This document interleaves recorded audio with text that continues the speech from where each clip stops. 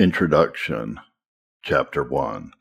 Say ye not a confederacy to all them to whom this people shall say a confederacy. Neither fear ye their fear, nor be afraid. Sanctify the Lord of hosts himself, and let him be your fear, and let him be your dread, and he shall be for a sanctuary. Isaiah 8:12-14. There is as much diversity in people's inward moods and dispositions as in their outward features. Some are as frightened as rabbits and jump at every sound, even a dog's bark. Some are as bold as lions and face danger without trembling. Some fear more than they ought, some before they ought, and others when they ought not at all. The carnal person fears man, not God. The strong Christian fears God, not man. The weak Christian fears man too much and God too little. There is a fear which is the effect of sin. It springs from guilt and hurries the soul into more guilt. There is a fear which is the effect of grace. It springs from our love for God and his interest and drives the soul to him in the way of duty. The less fear a person has, the more happiness he has, unless, of course, it is that fear which is his happiness and excellence. It cannot be said of any person, as it is said of Leviathan, he is made without fear. Job 41, verse 33. The strongest people are not without some fears. When the church is in the storms of persecution and almost covered with the waves, her most courageous passengers may suffer as much from this boisterous passion within as from the storm without. This is a result of not thoroughly believing or seasonably remembering that the Lord, Admiral of all the oceans and Commander of all the winds, is on board the ship to steer and preserve it from the storm. A weighty example of this very thing is found in the context where we discover that the best people tremble in expectation of the worst events, both on the church in general and themselves in particular. And it was told the house of David, saying, Syria is confederate with Ephraim. And his heart was moved, and the heart of his people as the trees of the wood are moved with the wind. Isaiah 7, verse 2. If their danger is measured by sins alone, then their fear does not exceed its cause. As a matter of fact, their danger seems to exceed their fear, for a foreign and cruel enemy, Assyria, is about to break upon them like a breach of the sea and overflow the land of Emmanuel. Now therefore, behold, the Lord brings up upon them the waters of the river, strong and many, even the king of Assyria in all his glory, and he shall come up over all his channels and go over all his banks. Isaiah 8:7. This verse describes the enemy as waters, to quickly drown the country upon which they break.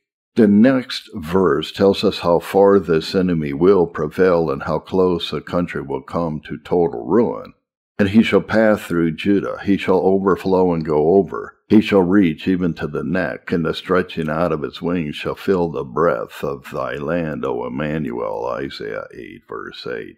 All the land, except the capital city, will be under water.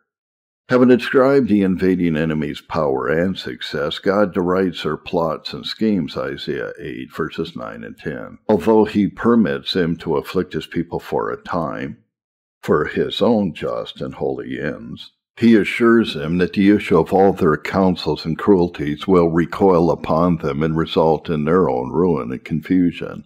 He then commands Isaiah to encourage the feeble and trembling hearts of those who fear him in the midst of those terrifying times. For the Lord spake thus to me with a strong hand, and instructed me that I should not walk in the way of this people, saying, Say ye not, a confederacy. Isaiah 8, verses 11 and 12. Speaking to the prophet with a strong hand, God uses a mighty impression that the spirit of prophecy makes upon his heart. He lays, as it were, his hand upon him, as a person does upon one to whom he is about to impart some special secret in a familiar way. Drawing him close with a friendly hand, he says, Come here, Isaiah. Take note of what I am about to entrust to you in respect to yourself and my elect people who follow you. Do not say a confederacy, to whomever this people say a confederacy. In other words, do not let these frightful tidings affect you the way they affect Ahaz and those with him. They are so terrified at the approaching danger that all their counsel, thoughts, and studies are occupied with preventing it. They seek an alliance with Syria, Hosea 5:13. If that fails, then they will seek protection from some foreign power against Assyria. But their eyes do not look to me for protection and deliverance. They expect more from Egypt than from heaven, more from a broken reed than from the rock of ages. Do not fear their fear. It drives them from me to the creature. It first distracts them and then ensnares them. In marked contrast, see that you and all the faithful in the land sanctify me in your hearts and make me your fear and dread. Rely upon me by faith in this day of trouble. See that you give me the glory of my wisdom, power, and faithfulness by relying entirely upon my attributes that are engaged for you in so many tested promises. Do not give yourselves to sinful and vain dealings as those who have no interest in me, nor experience of me. That is a text's general scope and design. In terms of its particulars, we find a sin condemned, a remedy prescribed, and a motive encouraged. First, a sin condemned. Neither fear you their fear, nor be afraid, Isaiah 8:12. This kind of fear is a sinful principle. It will incline them to do what their countrymen did, namely to say, a confederacy. Sinful fear will cause the best people to attempt to help themselves through sinful compromises. This is a fear that plagues the carnal and unbelieving Jews. It enslaves them in bondage of spirit. It is the fruit of sin, a sin in its own nature and the cause of much sin. It is God's just punishment upon them for their other sins. But Isaiah's listeners must not permit their fear to produce in them such negative effects. They must not forget God, magnify the creature, or prefer their own schemes and policies to God's almighty power and unchanging faithfulness. Number 2, a remedy prescribed. Sanctify the Lord of hosts himself, and let him be your fear, and let him be your dread. Isaiah 8:13. The fear of God will swallow up the fear of man. A reverential awe and dread of God will extinguish a creature's selfish fear as the rain puts out the fire. To sanctify the Lord of hosts is to acknowledge the glory of his sovereign power, wisdom, and faithfulness. It includes not only a verbal confession, but internal acts of trust, confidence, and entire dependence upon him. These are our choicest respects towards God and give him the greatest glory. Moreover, they are the most beneficial and comfortable acts we perform for our own peace and safety in times of danger.